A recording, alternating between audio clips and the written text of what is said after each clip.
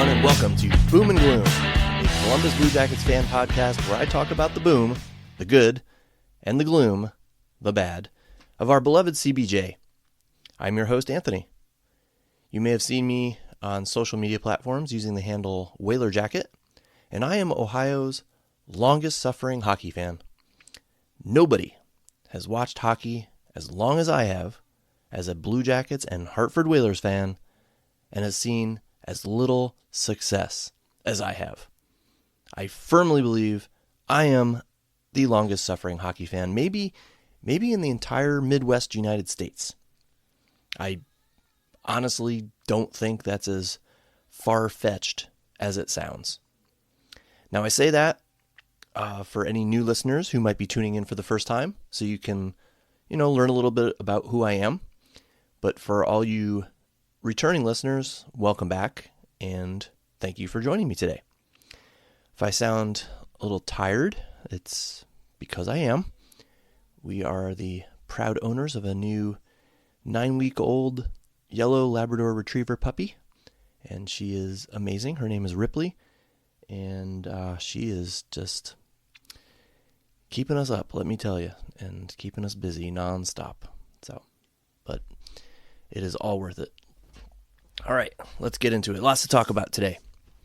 The Blue Jackets season, the 2024-2025 season, has come to an end, unfortunately. Missed the playoffs by one win. One win. If they had just won one more game, then they would be playing the Washington Capitals right now. And here's something else. All right, something I didn't notice until I saw someone posted this on Reddit yesterday. The Jackets ended up being just 2 points out of third place in the Metro Division. Yep, just 2 points behind the New Jersey Devils. So that means 1 win away from being a playoff team, 2 wins away from finishing in third place. That's pretty amazing to me. I mean, the team said they wanted to make Johnny Gaudreau proud, and I believe they did. Yeah. And that's where I want to go today. A mostly positive spin on the Blue Jackets season. Let's think back to training camp. The Jackets had just suffered an unimaginable tragedy with the loss of Johnny Gaudreau. They had a new coach, new GM, plenty of new faces. Did anyone see them doing this well? I sure didn't. I mean, if you had said that they would be in the playoff race until April 16th, if you had told me that they would be still alive the day before their last game of the season, I would have said you were crazy. There was no way the Jackets would be that successful this season. No way. And yet, they were. This was truly a special season. I'm 48 years old, and I've been a hockey fan my whole life. And I can honestly say that this season was something special. After the last game against the Islanders on FanDuel Sports Network, they showed a season-ending highlight video. And I'm not going to lie here, okay? I got a little emotional watching it. I mean, looking back, what a season. I mean, I don't know the players and coaching staff personally, obviously, but I felt proud. I felt proud of them. They overcame so much adversity, and they provided so much entertainment. I mean, I can honestly say that I can't remember enjoying watching an NHL team as much as I have enjoyed watching the Blue Jackets this season. They were so much fun to watch. And sure, there were some bad stretches, I won't deny that. But as a whole, if you look back at this season as a whole, it was an absolute blast. And it just absolutely sucks that it had to end without them making the playoffs and to get oh so close. It's a weird array of emotions that I'm experiencing, and I'm having a hard time putting it into words. I'm sad, bummed, disappointed, and even frustrated that they didn't make the playoffs. They had it in their hands, and they blew it. Yet at the same time, I'm so happy for what they accomplished, and I'm so excited for next season. And for the record, I hate it that of all teams, the Montreal Canadiens and Patrick freaking Laine got the last playoff spot. I've hated Montreal since my days as a Whalers fan, when they were in the Adams division. They're in the Adams division together, and the Habs would usually take it to the Whalers. Claude Lemieux, he can kiss my butt for knocking the Whalers out of the playoffs in that Game 7 overtime in 1986. That's one of my first hockey memories. Dean Evason was on the Whalers at that time, by the way. So yeah, I've hated the Montreal Canadiens since then. There are only two teams that I hate more at this stage of my life, and I'm very happy to say both of those teams are out of the playoffs, the Bruins and the Penguins.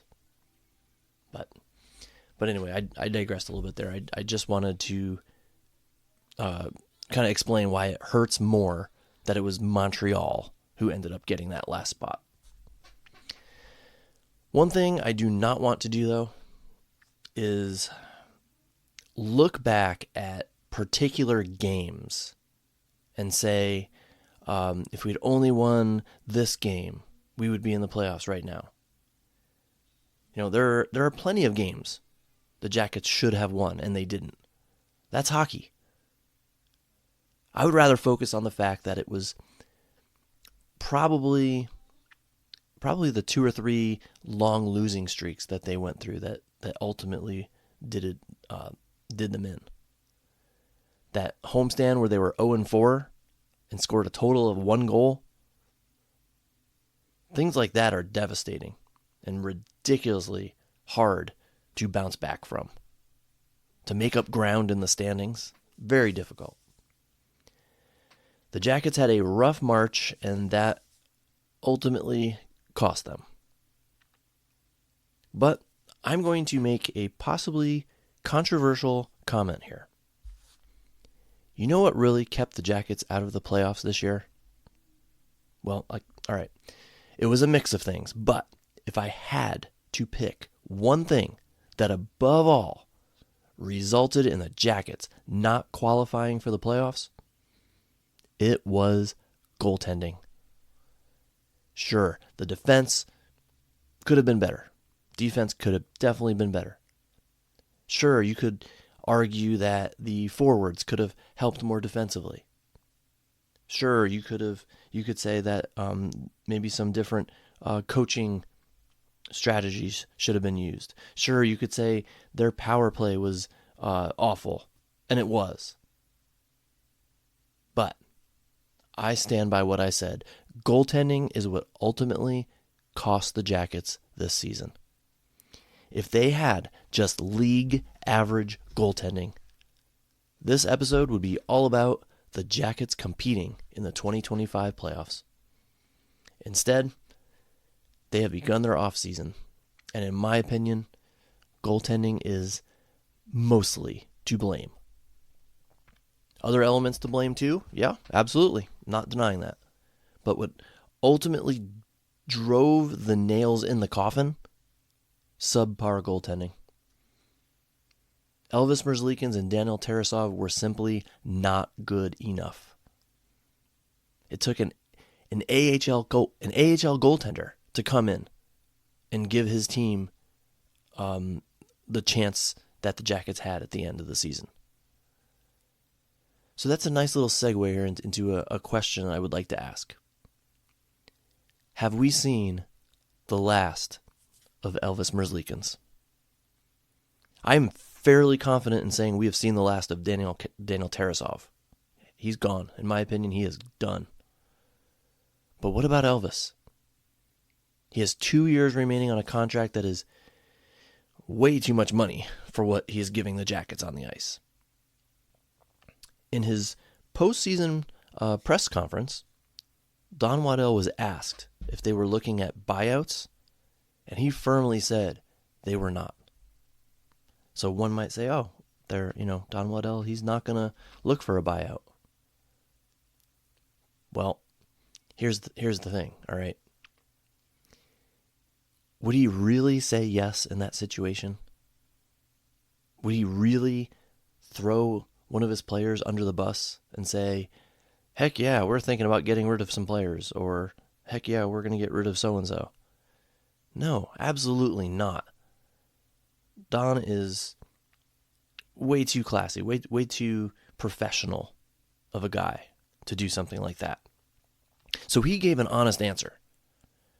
They are not looking at buyouts right now. Right now. So that could change. I think he's going to try to trade Elvis first. Like he'll try to trade him, but if a good trade does not materialize, I think at that point then yeah, he'll look to buy him out. Either way, I am confident saying Elvis will not be with the Jackets next season.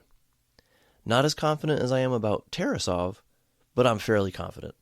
It will be Jet Greaves and a new player, probably a veteran, brought in by Don Waddell. And speaking of that press conference, Waddell also mentioned wanting to bring back Fabro and Provorov. This perplexes me, and I've talked about this before in other episodes. It seems like everyone agrees that the Jackets need to add some defensive help for next season. Not a complete overhaul, but they should definitely, swap out a few parts for others. But that's what confuses me. In order to get, you have to give. And if Waddell wants both Fabro and Provorov back, who does he trade? Werenski and Matejchuk are locks. They're not going anywhere. You just extended Christensen. You have a complete anvil and an anchor in the form of Damon Severson's contract. And you have Erik Goodbranson. That's 7 defensemen right there. So something has to give. Someone has to go. So I'm just really perplexed by this situation and really, really interested to see how it plays out this summer. I still think Provorov walks in the end. He'll get a nice deal somewhere else. Just my prediction. Then, either Fabro signs somewhere else, or he signs with the Jackets, and in which case we see Goodbranson or Christensen get traded. Of course, if Don Waddell can find a taker somehow, some way for Damon Severson, well, then my predictions change. But as of right now, that's how I see it. They're the only moves I can see happening in order to improve the defense. Going to be a very, very interesting offseason for sure. All right, for my next segment, I kind of wanted to share some notes, facts, interesting tidbits of information, and just some thoughts on a variety of topics as this season is now in the books. Number 1, why was the Stadium Series jersey not worn again? Detroit did it. Why didn't the Jackets? If you've heard me before or listened to any of my previous episodes, you may remember that I love that Stadium Series jersey. And I wasn't the only one judging by the number of people who I saw at the games wearing that jersey. It was a huge hit. Why not wear it one more time at home? Like, maybe even for the last game. Show it off one more time. Give the fans who didn't make it to the Stadium Series game a chance to see it. It was a shame that it was only worn once for an actual game. Number 2, spaghetti with butter. That was apparently Johnny Gaudreau's favorite pregame meal. Or maybe just his overall favorite meal. I can't remember. Well, I think spaghetti with butter should be served somewhere during home games at Nationwide Arena as a tribute to Johnny, and then fans can buy it on game nights. It doesn't have to be in every concession stand, but just somewhere in the arena, have a spot where you can order and enjoy spaghetti with butter. Number 3, the offensive output of the Jackets this season was something very impressive. They scored the most goals ever in a season in team history. And I don't have the number in front of me, but yeah, it was a franchise record. And they were the NHL's highest scoring home team this season. They led the league in games where they scored 6 goals or more. Plus, they had 5 20-goal scorers. Monahan was 1 away from making it 6. So that's pretty impressive. And Olivier was 2 away from making it 7. So yeah, that was awesome.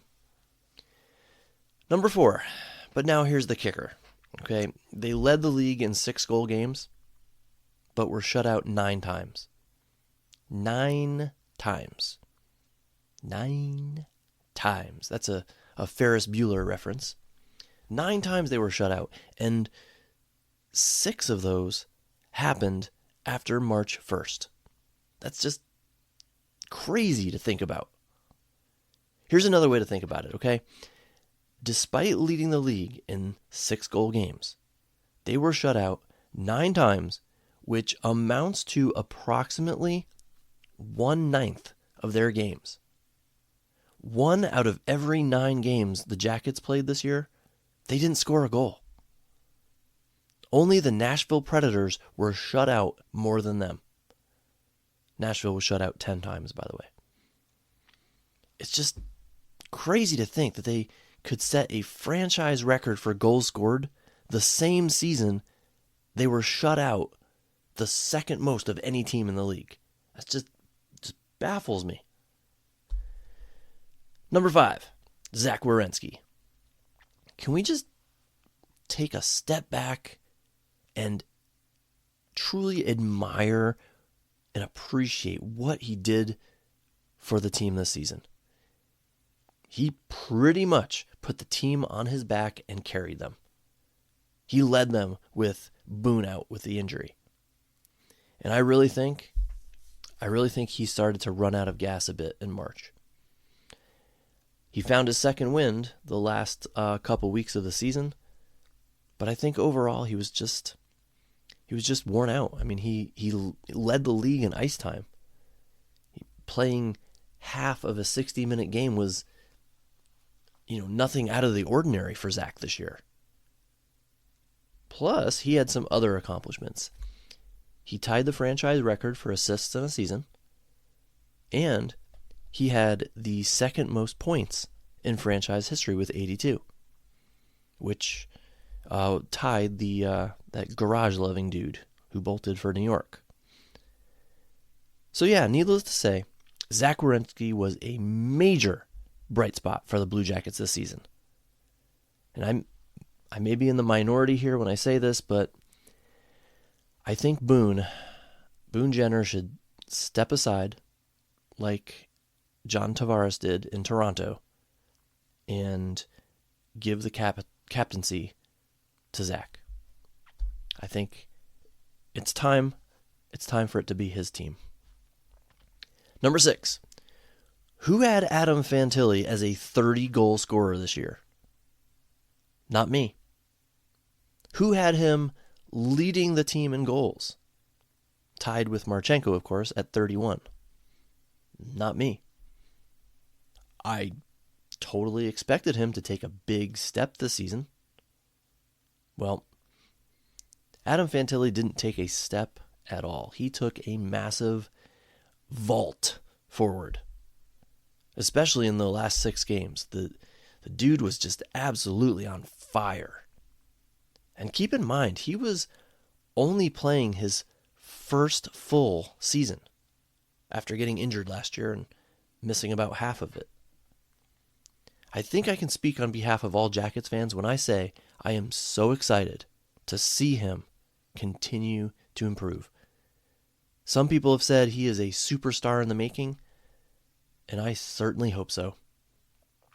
This team, the Blue Jackets, more than any in the league, I believe, is deserving of a superstar forward. Someone who can routinely be in the top 10 in league scoring. That is something this franchise has never had. Not even Rick Nash was able to do that. He never finished in the top 10 in league scoring. Neither did Panarin in his 2 years here. A quarter of a century into this team's existence, we are long overdue. Number 7, also taking a step forward this year, Kirill Marchenko, tied for the team league in goals, leading the team with a plus 24. And then you had Kent Johnson finishing 3rd on the team in scoring, looking like a heck of a forward in the making. Number 8, and lastly, how about Jet Greaves? When was the last time the crowd chanted the name of a Blue Jackets goaltender? He was absolutely phenomenal during his call-up to finish out the season. And I'm not saying we should anoint him as our savior in goal, or even as the team's starter next year. I'm not saying that. But with his one-way contract, he will be with the Jackets next year. He will be up with the big club.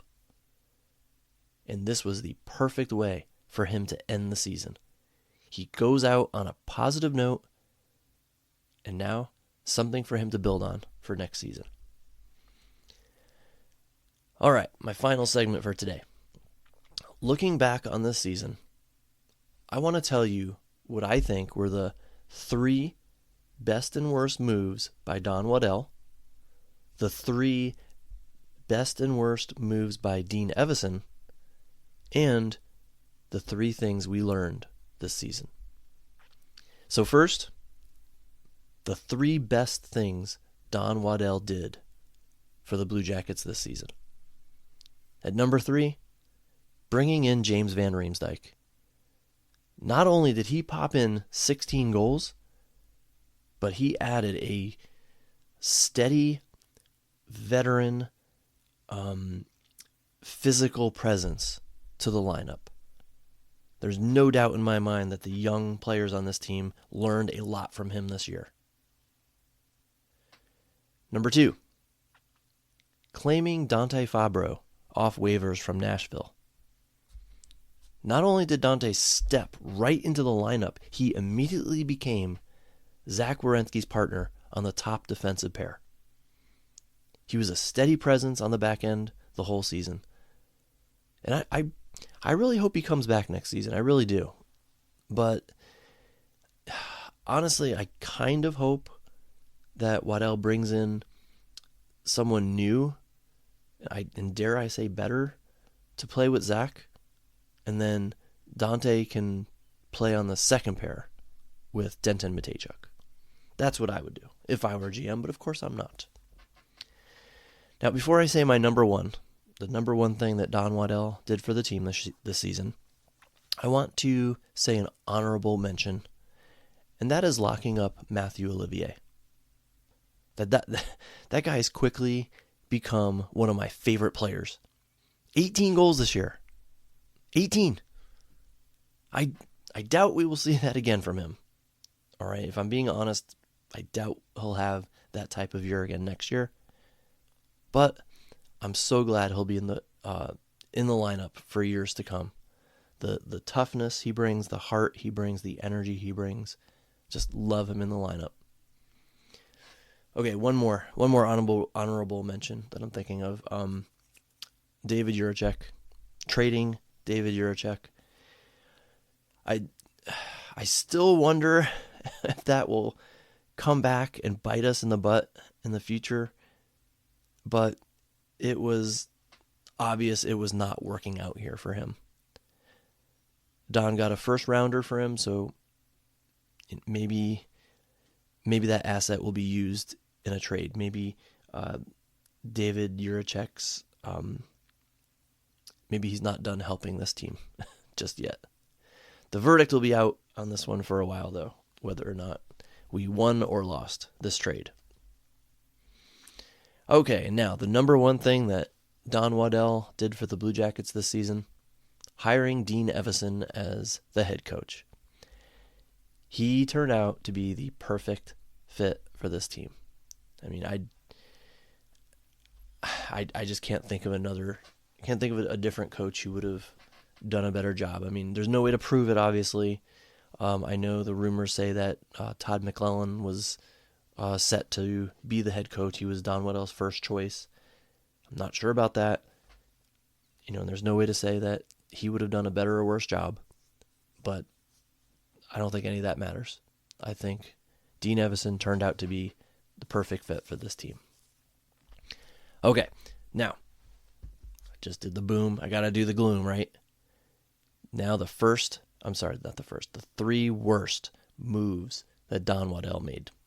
Now, before I say them, I should mention that overall, Waddell has done an amazing job, all right? But nobody's perfect, right? So here we go. Number 3, not trading Provorov. And I know this is a hotly debated topic, but I am of the position that he should have traded him at the deadline and got some assets. That said, I understand and I supported his decision to not make any moves, not to trade anybody away from this roster at the deadline. It made sense, okay? But after they fell apart in March and ultimately did not make the playoffs, looking back, I think he should have pulled the trigger. Not angry about it, but this is just one of those cases where hindsight is 20/20.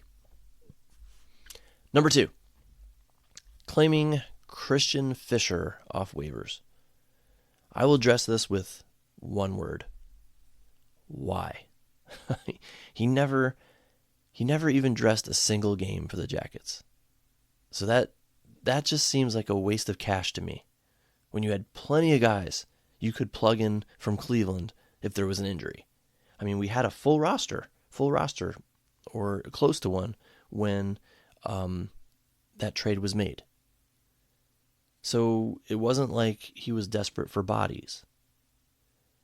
And again, if somebody was injured, you could bring somebody up. Remember Putia? I mean, he was a big part to the Jackets at the start of the season. Played a big role. Del Bel Blues, Malatesta, even Brindley. I mean, if injuries got that out of hand, they wouldn't have been fighting for a playoff spot anyway. And at that point, you could plug in any of those younger guys. And the number one worst decision Don Waddell made was trading for Luke Kunin.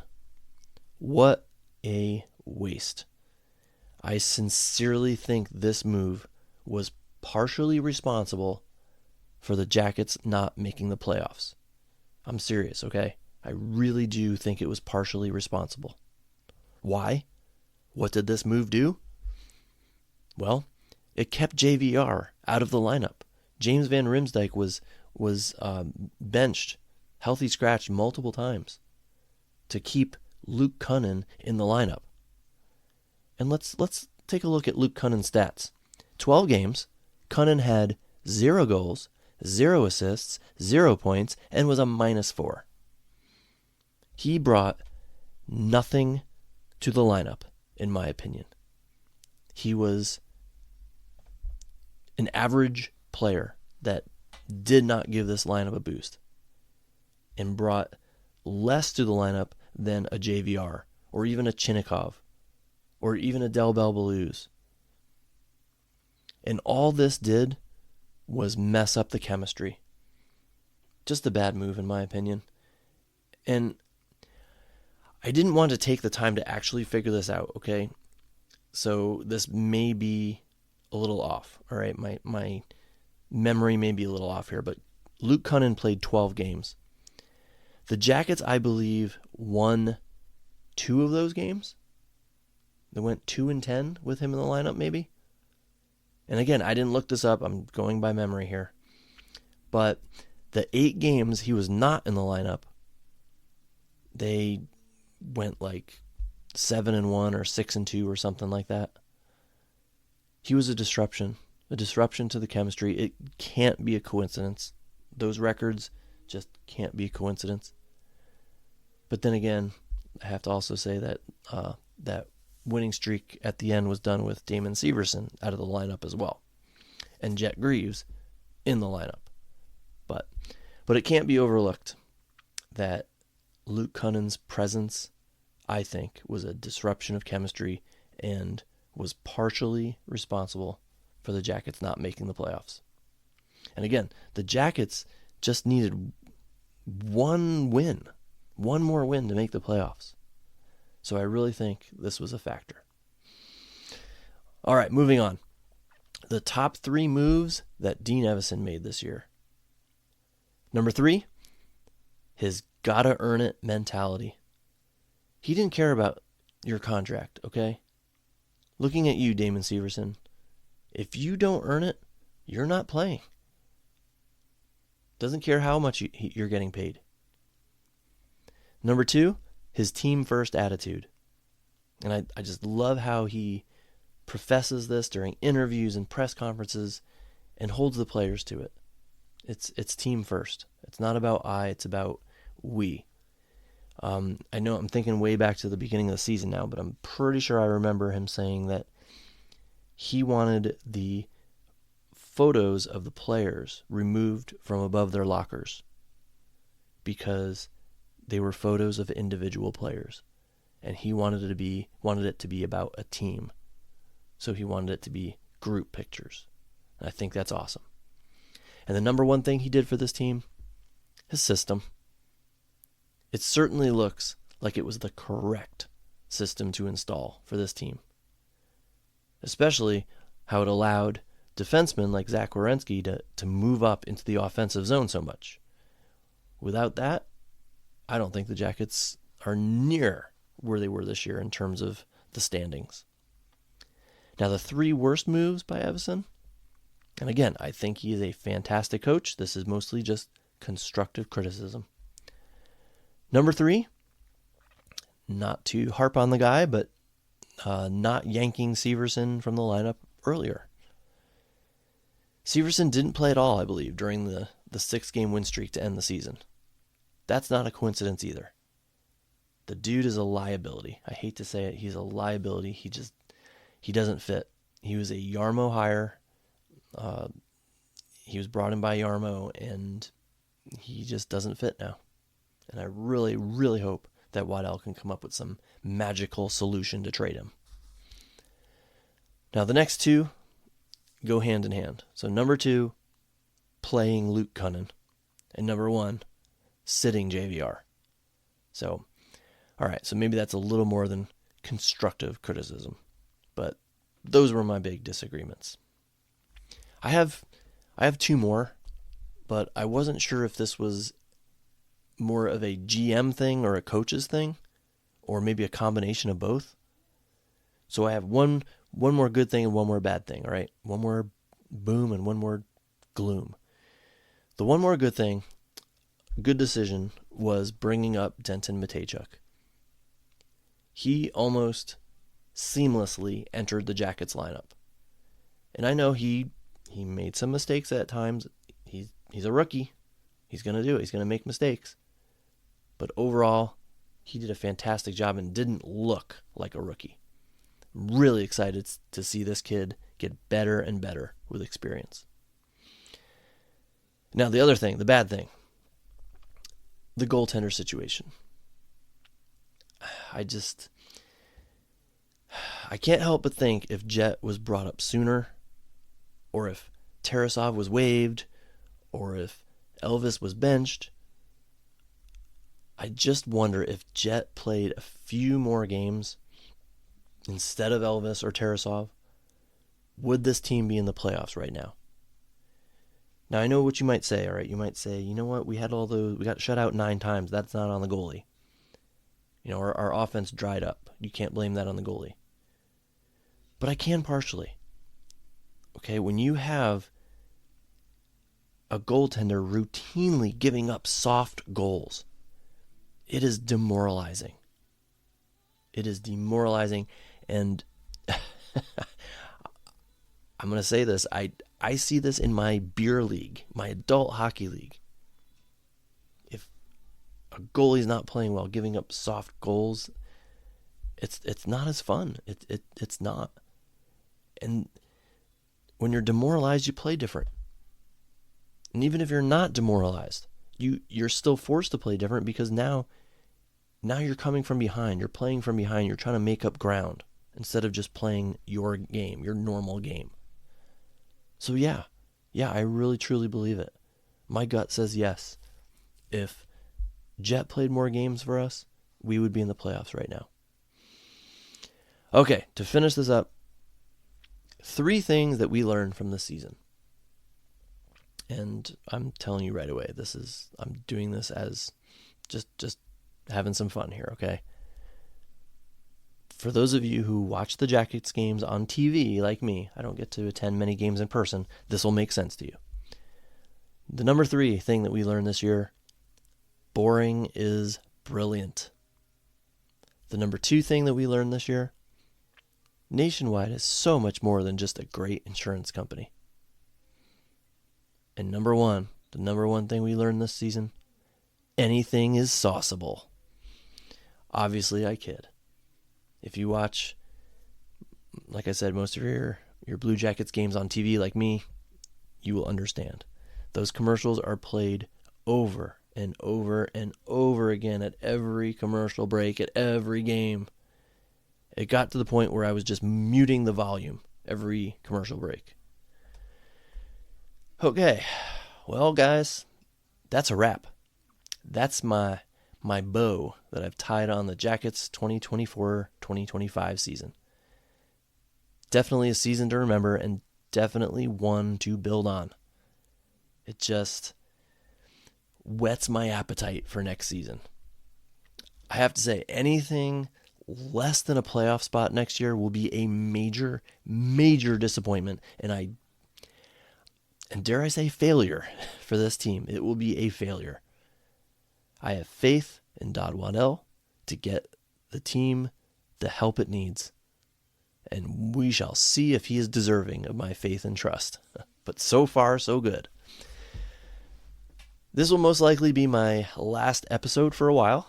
My next one will most likely be over the summer once the Jackets have made some moves with either free agency or trades. And I'll pop on here and give you my 2 cents when that starts happening. Until then, you can still feel free to connect with me, reach out, talk some Jackets hockey, ask me a question, give me a suggestion for a topic to talk about in a future episode. Just let me know. Find me on Blue Sky or Instagram at WhalerJacket, or simply send me an email, whalerjacket@gmail.com. I would be very happy to hear from you. And if not, then you'll most likely hear from me again sometime in June or July. Seems like a long way away, but as a teacher, trust me when I say, summers go by quickly. It will be the fall and Blue Jackets hockey season again soon enough. I'm very much looking forward to it.